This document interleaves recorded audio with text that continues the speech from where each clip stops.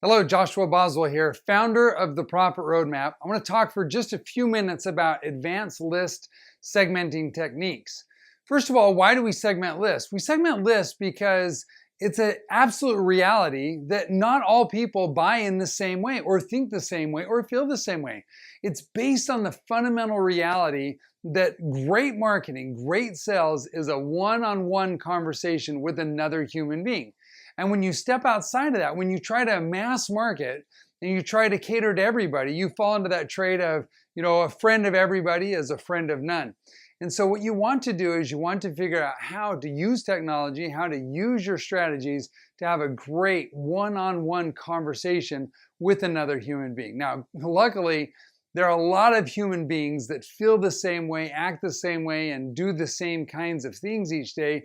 And so we can put them into certain segments or into certain groups and still cater to them as if it were a one-on-one conversation. And this allows us to mass market, but we don't approach it from a mass, high number perspective. We look at it and say, okay, who is my ideal client, my ideal customer, and how do I find 100, 1,000, 10,000, 1,000,000 of those kinds of people and cater to them in a way that it's like a one-on-one conversation, okay? Now, I'm going to talk about 4 specific list segmentation concepts. Before we talk about this, just remember the overview of this is that it's about attention and action. In other words, grabbing their attention because we're in this noisy, crazy, busy environment. So you've got to capture their attention and then get them to take action. And we do that, and I've written down here benefits and features. We do that by presenting a set of benefits and features that will capture their attention and entice them to want to take action. The question is, how do we frame these benefits? How do we frame the features? How do we present them in a way that will capture their attention? You can take the same benefit, the same feature, and talk about it in 10 or 20 different ways, and it'll appeal to 10 or 20 different types of people or individuals. So you have to be careful about how you talk about things and how you approach things. So I'm going to talk about 4 specific ways that you can categorize your segmentation. And by the way, we're not going to talk about the standard stuff about, demographics or even psychographics to a degree, or about frequency and, volume of purchase and how they're spending money. Those are pretty standard kinds of list segmentation approaches, and we certainly could talk about them later. I'm going to actually go a little bit deeper, and we're going to step inside the mind and the hearts of your particular target audience. So the first way that we can segment a list is what I call identifying what their safe harbor is, what their safe harbor is. I'm just going to represent that with this circle, and I'm going to write the word safe in it. Now, to understand what I mean by this, we have to step back and look at a core aspect of human nature. When all of us are born, we develop a database deep down inside of our mind. And that database basically tells us what is safe, in other words, what will allow us to stay alive, and what is not safe or what is unknown. And we don't play games with being safe. As human beings, we ensure that we are constantly at 98.6 and breathing. And so this database, we watch mom and dad eat vegetables and broccoli and potatoes, and we say, oh, mom and dad are eating vegetables and broccoli and potatoes, it must be safe. We categorize, we might not like it, but we know it's safe. Okay, we grow up and we watch friends and peers and associations and people around us doing high-risk things like jumping off of tall buildings with parachutes or flying crazy airplanes or doing different kinds of things that are high risk, but we see that those peers, those family members survive that. We categorize that as safe. Now, all human beings also do this with our spending and the way that we spend money. And so we might have a definition inside of us that says it's safe to spend money, but only when something is on sale. It's safe to spend money, but only when I get great quality and it's expensive. There are people that have a safe definition in their mind that says only buy if it's expensive and high quality. That's the safe thing to do. So there's these opposite ends of the spectrum, and this goes for all different types of products and services. We've categorized certain things in a certain way to purchase them, in a certain way to engage with businesses as safe or unsafe. One of the great ways that you can segment your list is to look at the different ways that your list categorizes your interactions with them. Do they need to have a special or a coupon before they're willing to buy? Do you need to bump up the service quality? Is it that they can pick up the phone and actually talk to a real human being in order to decide that that's how they're going to do business with you? What is safe for them? And if you'll figure out how to identify this safe zone for them and what registers inside of their mind as something that they're allowed to do and still be alive, then what you can do is you can categorize your marketing and categorize your efforts, identifying and catering to those kinds of people. You can do more coupons and discounts. You can have better quality. You can tout that you have, a customer service team that they can talk to and understand. You can do a number of different things inside of your business in order to attract this kind of people and segment your list and your marketing for them, okay? Now, the second category here that you can segment for is what I call the ABC method, okay? And the ABC method is basically summed up in the word of priority, okay? And this is another technique for segmenting your list. It goes back to understanding what is priority in people's lives. For example, you might sell chocolates, and you might know that most people in the world absolutely love chocolates. Well, if most people in the world love chocolates, then why is it that you can't just put an ad out there and says, hey, buy my chocolate, and they go, oh, chocolate, I love chocolate, and then they come flocking to your door? Well, the reason is because we all have a priority set, a way that we organize decisions inside of our mind. And only decisions that have a priority set of A, or an option that has a priority set of A, actually gets acted upon. Because we're always going to act on the A thing first. And then that precludes us from acting on other things. And so what you need to do, if your chocolate is C, then you need to find a way to move it up to the A spot. So they might say, I love chocolate, but I'm trying to lose weight. Or I love chocolate, but right now, I can't have any kind of caffeine whatsoever in my system, doctor's orders. Or I absolutely love chocolate, but it's not really top on my mind right now. I got to get to work, I'm going to school, I'm doing, all these different kinds of things. So it's just not the right time. So it's not that they don't love your chocolate or that chocolate's not important to them. It's just that it's not a top priority. And what you want to do is you can sort your list and identify inside of your customer base, your client base. You can help them identify what is top priority and then do either A, move your product up in their minds, or B, just identify what that A thing is and then cater to that through the way you approach things, the way you talk about your benefits and features and grab their attention. And so recognizing what people's priority set is absolutely vital in segmenting the list. And so you can have different lists inside of your database that say, okay, for this list, it's priority to talk about the comfort and security of owning their own home, if you're having to be in the mortgage industry of one shape or another. But another group might have the priority set of not having to do a lot of work on their yard. And so they don't want big yards, or they don't want to be talked about in terms of big houses and lots of maintenance. They want the ease of it. That's a priority set for them, is the ease. And so the conversation goes. And so you would talk different to the person who wants safety and security of owning their home versus the person who doesn't want a lot of maintenance when they own that home. Those are two different priority sets. And in order for them to do business with you, you would have to move that priority set up the ladder and speak to them differently. So the ABC priority method is the second way that you can segment your list and talk to people. Now, the third way is what I call the RAS triggers, okay? RAS triggers. Now, RAS stands for the reticular activating system. And to help you understand this, I'm not a great artist, but I'm going to do a very bad sketch here. But if this is your brain, and that's not a great brain, but it's just a brain, Down at the base of the brain, leading into the spinal column, right here in this area right there, there's a bundle of nerves that controls the segmentation between consciousness and unconsciousness. And it helps regulate sleep patterns and does a lot of different things. But one of the main things it does is we get input into our senses, our eyes, ears, our sight, sound, all the different kinds of stuff. It travels through our spinal column or into this segment of the brain.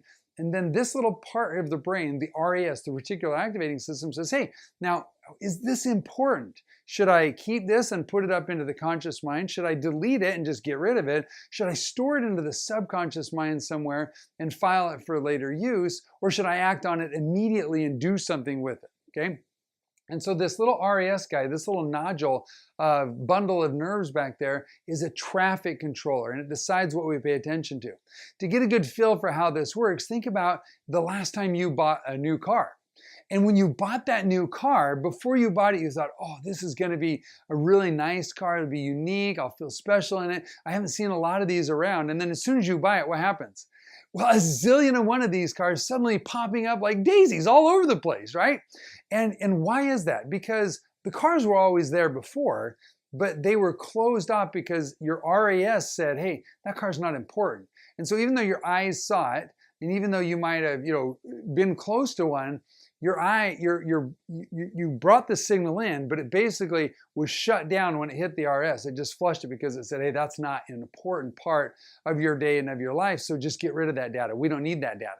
But as soon as you bought the car, it awakened up your RAS and it triggered a new signal and it said, hey, no, this car is actually really important, so start noticing it. And so now all the time you saw it, you say, hey, that's a car. That's my car. Well, that's my car. There's my car again, okay? And so we have these triggers that go in there. Now, how do we segment a list by RAS triggers? Well, because people have inside of their mind things that are labeled important, things that have, and it kind of all these tie in together, but they're just a little different way of looking at it. But we have these priorities that say, okay, this is really important to me. And what you can do is you can find out what something is important to them and then tie your product or service to that important thing, right? And so you talk about the thing that's important, you grab their attention, you connect the important thing to one of your benefits or features of your product set or your service set, and then that allows them to develop a relationship with you and want to buy from you. It's a way to grab their attention. So as an example, this is a very interesting story here. A number of years ago, I was sitting in a room with 4 other business owners, and we were having a consulting session with this expert in our industry. And actually, we were all from different industries, but we had similar businesses in that we were all selling information. And as we talked to each other, we found out that all of us were beekeepers. And one person had just sold all of his bees. The other 3 of us currently had bees. And we got talking to the person, the expert, the guru in the room, and we said, what's the deal going on here? Why is it that all of us are beekeepers and have this experience? And he laughed and he said, oh, that's because I discovered that people who have, a sense of precision and want to work with the bees and have that predisposition, he said, I discovered that those people are also very likely to buy my stuff. And so I found ways to talk to them that was important to them without ever mentioning beekeeping and without ever, focusing on some of my products and services that I did, but I knew that it would draw them in and attract them because I was activating specific triggers inside their mind. Now you can do the same thing. You can find a way to segment your list and find things that are common and important among your ideal buyers and address those and move towards those and thus attract those people in your world, connect that thing that's important to them, and then to your goods and services, and then they will buy from you and be more engaged with you, okay? So that's the RAS trigger factor. Now the last one here, I'm gonna represent it with this little grid, okay? And this little grid basically represents the 4 dominant personality types. Now I know there are a lot of different personality types and a lot of different ways to look at personalities, but this is 4 major dominant personalities, and I'm just going to label them the way Galen labeled them back 500 years before Christ. And he labeled them as being a sanguine, a melancholy, a choleric, and a phlegmatic. Okay, and these 4 main personality sets Every human being has a dominant personality that they sort of gravitate to. They're either, naturally highly organized, naturally fun-loving, natural leaders, or naturally grounded and down to earth. These four major components that we see inside of every human being. Now, when you understand this, you can start to look at products and services from the lens of personality sets. Is this product what kind of personality does this product have, and who would it predominantly cater to? Now, of course, all marketers in the world want to say, well, my product's universal, it would cater to everybody. And I would just tell you that, products that cater to everybody, that really are universal, are really few and far between. And most of those that do, they don't actually cater to a specific personality set. They cater to core human desires and emotions like food, the need for love, need for feeling importance, and some of those kinds of things. Those are universal. So I'm not talking about universal people, needs that people have. I'm talking about the personality sets and catering to them. So if one person likes to be extremely organized, then selling them a vacation that has a loose schedule and demands impromptu action and just going there, showing up, figuring out what to do on the fly, and just enjoying the flow of the moment is not going to sell really well. But if you sell a detailed, organized, structured, we're gonna wake up at 6 o'clock. We load the buses at 6:25. At 6:27, the buses drive away. Blah blah blah blah blah. Detailed itineraries, step by step, right on down the line. That's going to cater to someone who is more detailed and more exact in their approach. Okay, so as you look at these four things, these four categories of personalities, you can see that most products cater to or can be structured to cater to different types of groups. And one of your jobs is to segment your list by personality types, okay? Now, the question comes up when you look at these four ways to segment your list.